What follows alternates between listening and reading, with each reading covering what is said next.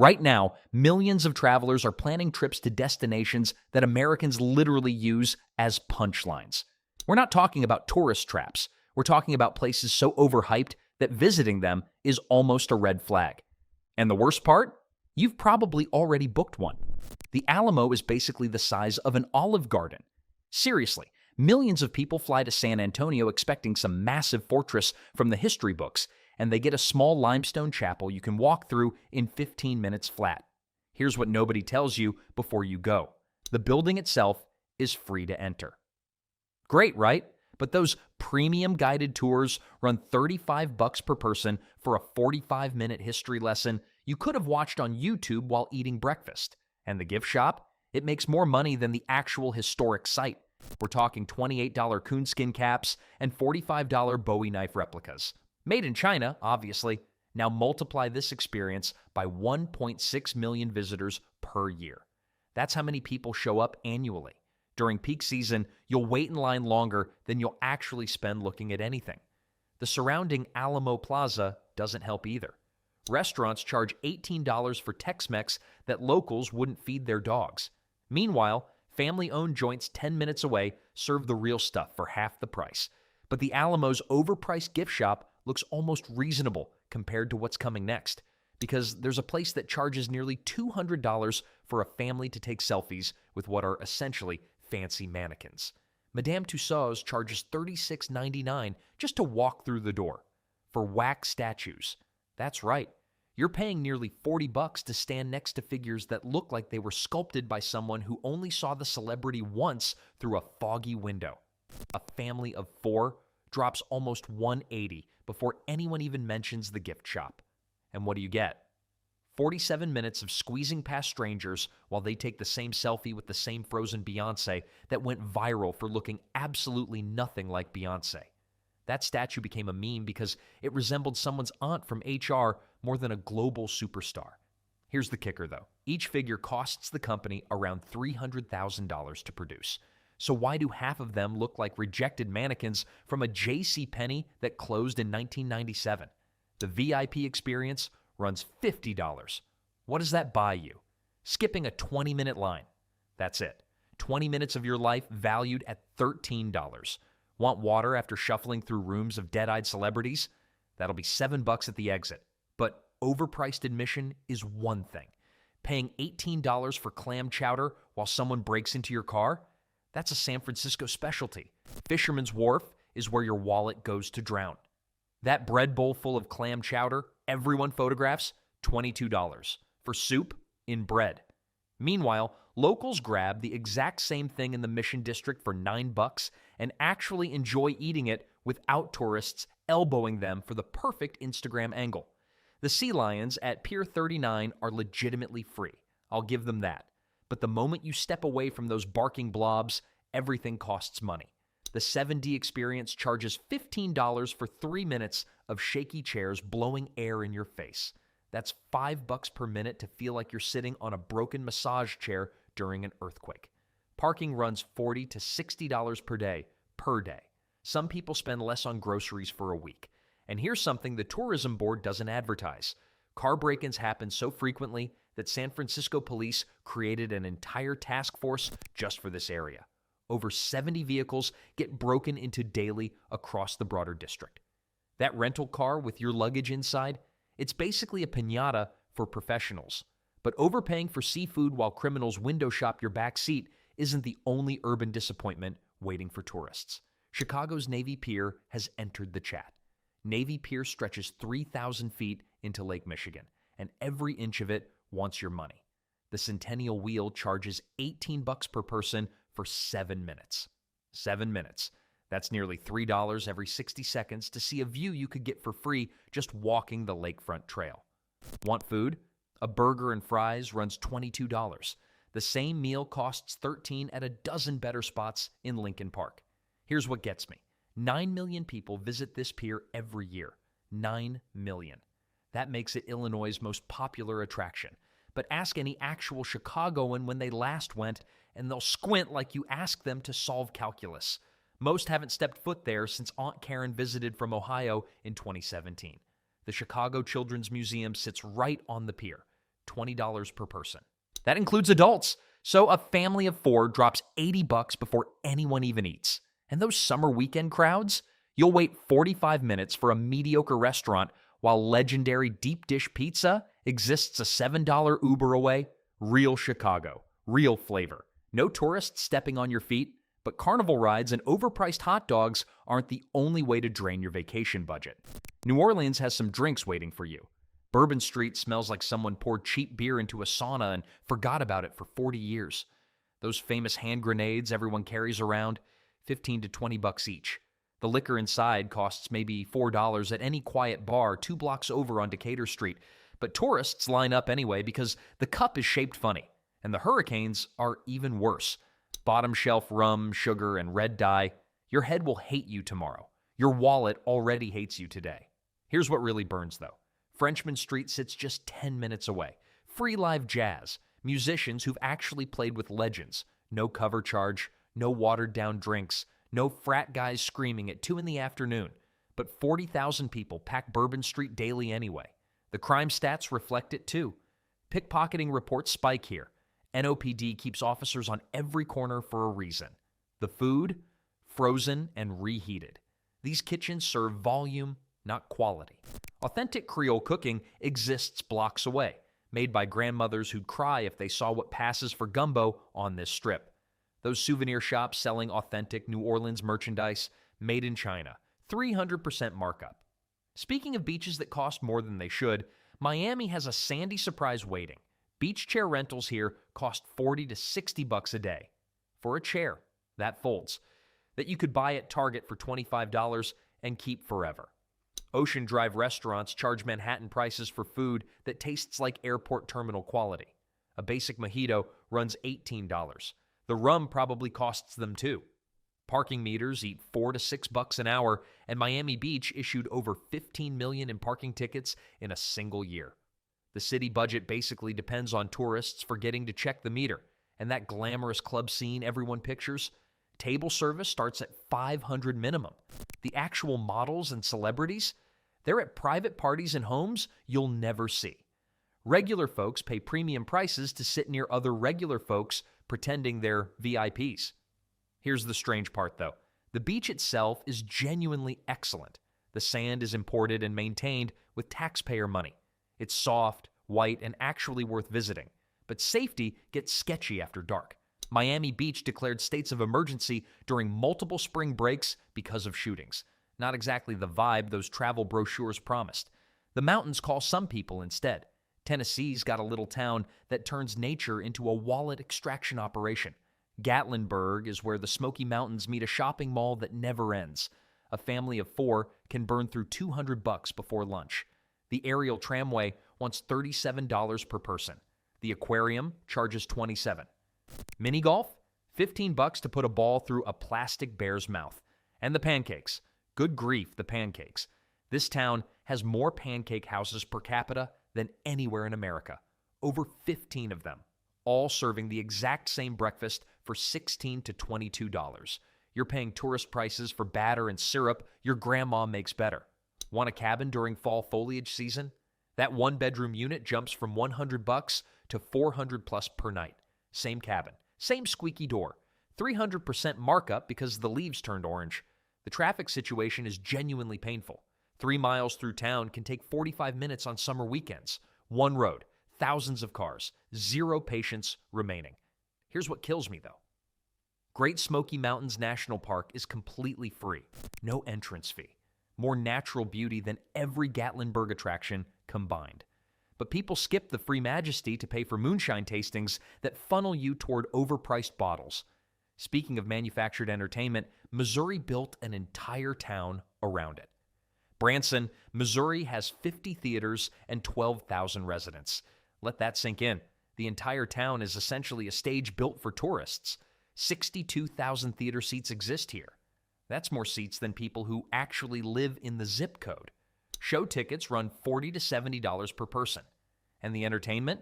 It's like Las Vegas got baptized and moved to the Ozarks. One visitor nailed it perfectly. Vegas for people who think Vegas is too spicy.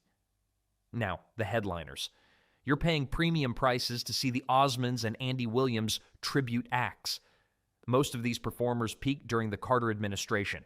My parents loved them. My grandparents really loved them. Silver Dollar City charges $89 at the gate. That's more than actual world-class theme parks with actual world-class rides. Here's the funny part, though. Nightlife shuts down by 9 p.m. 9! Your grandmother has a wilder Saturday night. The food is weirdly reasonable. Most dinners cost $15 to $25. But reasonable pricing doesn't mean quality. Think Applebee's with extra steps. Everything closes early. Everything costs money. Everything targets a very specific demographic that remembers rotary phones. Orlando took this concept and added movie studios. Parking costs $30 before you even step out of your car. $30 just to park.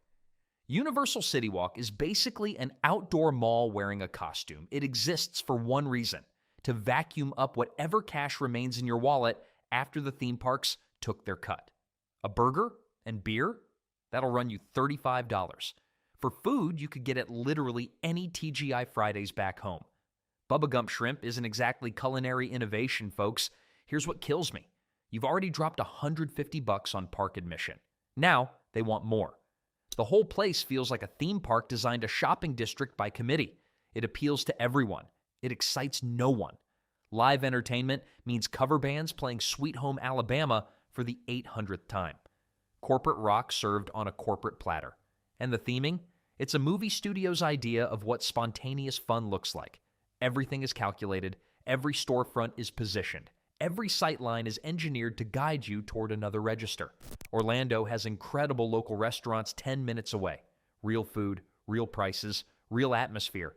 But tourists stay in the bubble. Speaking of bubbles, Seattle has a market that sells tourists the same illusion. Pike Place Market sells you a myth with your overpriced salmon. That original Starbucks everyone photographs? 4th location. The actual first store closed years ago. They just slapped original on this one because tourists don't fact check. You're waiting 40 minutes to buy the same coffee available at the Starbucks across the street, with no line. The famous fish throwing, 8 seconds of entertainment, maybe 4 times an hour. People camp out with cameras for 20 minutes to watch a guy chuck a salmon. That's a workplace injury highlight reel, not a destination. Here's what the market doesn't advertise. Produced prices run 25 to 40% higher than regular Seattle grocery stores. The direct-from-farmer romance disappears when you realize Safeway charges less for the same apples. 10 million visitors squeeze through a space built for a fraction of that. It's less charming shopping experience, more human pinball machine. Those beautiful $15 flower bouquets? Trader Joe's sells nearly identical arrangements for $5. You're paying $10 extra for the ambiance of being elbowed by strangers. The food? Several vendors have been flagged for temperature violations. Romance fades when bacteria enters the conversation. Speaking of overpriced and underwhelming, Washington, D.C. takes disappointing food to federal levels. Hot dog and soda from a mall vendor, $12 to $15. For gas station quality, wrapped in patriotic napkins. The Smithsonian museums are free. Genuinely free. World-class dinosaur bones, moon rocks, the actual Wright brothers plane. 0 admission. So where do they get you? The cafeterias inside. $16 to $22 for food that makes school lunch look like a Michelin star experience. Rubbery pizza, soggy sandwiches, chicken nuggets that taste like they fought in the Revolutionary War themselves. And the food trucks lining the mall? $14 to $18 for basic tacos you get for $8 in any actual DC neighborhood. They know you're not walking away. Your kids are tired. The Washington Monument is right there. You're trapped. Here's what locals know. Eastern Market on Capitol Hill sits 15 minutes away. Real food made by people who actually taste what they're cooking, half the price. Or hop on the metro for 5 stops.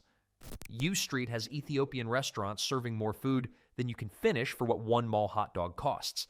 But speaking of questionable decisions in Nevada, Fremont Street promises vintage Vegas charm and delivers something entirely different. Fremont Street promises vintage Vegas charm, old school casinos, classic neon, the original Sin City experience. What you actually get is a covered outdoor mall with a drinking problem. That Viva Vision Light show everyone mentions, it's free, technically. But here's the game. They blast music and flashy screens above your head while you're surrounded by $12 beers and $6 water bottles. The show keeps you there. The prices bleed you dry. Want to zip line over the crowd? 40 to 50 bucks for 60 seconds. I've had longer sneezes. Now here's where Fremont actually beats the Strip. Table minimums, $5 to $15 instead of 25 plus. Your gambling money lasts longer here. That's real. But the atmosphere? The vintage Vegas tourists imagine died somewhere around 2008. What replaced it feels like spring break crashed into a biker rally while Monster Energy filmed a commercial nearby. And the safety situation matters. Crime rates here run measurably higher than the Strip. More thefts, more incidents, more reasons to watch your pockets. The entertainment quality reflects the prices. Many performers are either climbing up or falling down the Vegas ladder. Speaking of questionable exhibits and tourist confusion, Ripley's, believe it or not, charges admission prices that belong in a museum. Ripley's, believe it or not, charges you $25 to $35 to see things your phone shows you for free. That's the whole business model. Admission to Google. Here's what really gets me. Most exhibits aren't even real. They're replicas, reproductions. You're paying museum prices to look at copies of weird things instead of the actual weird things themselves. Back in 1933, this concept was revolutionary. No internet, no smartphones. If you wanted to see a shrunken head or a two-headed calf, Ripley's was your only option. Now, you can watch a guy eat a bicycle on YouTube during your lunch break for free, with commentary. The quality between locations varies wildly, too. Some maintain decent collections. Others feel like storage units that hired a lighting designer. But wait, there's more disappointment.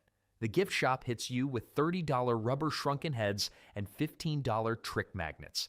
A family of 4 drops over $100 before even reaching that exit. Why does anyone still go? Pure exhaustion. Tourists walk past the building 3 times, their feet hurt, they need air conditioning, and suddenly paying $30 for climate control seems reasonable. Speaking of paying for questionable views, let's talk about Niagara Falls. The American side specifically. The American side of Niagara Falls is nature's cruel joke on geography. Canada gets the postcard view. You get to stare at the back of the waterfall like you bought concert tickets behind the stage. Made of the Mist costs $25.25. For that price, you get voluntarily soaked in 58-degree mist while Canadian tourists on their side take photos of you looking miserable. Fantastic deal. But here's what brochures won't mention. The town itself has a 28% poverty rate. You'll walk past boarded-up buildings to reach one of Earth's most spectacular natural wonders. It's jarring, like finding a Michelin star restaurant inside a condemned mall. Food options, Applebee's, Subway, a steakhouse charging $35 for ribeyes that clearly met a freezer before meeting your plate. Meanwhile, the Canadian side has actual restaurants, proper infrastructure, hotels that don't make you question your life choices. The falls themselves remain genuinely incredible. Water doesn't care about international borders or economic development. It just falls, magnificently. You're just watching it from the wrong country. And if you think questionable tourist decisions only happen at waterfalls, wait until you hear about Salem, Massachusetts, specifically what happens every October. Salem, Massachusetts has exactly one personality trait: witches.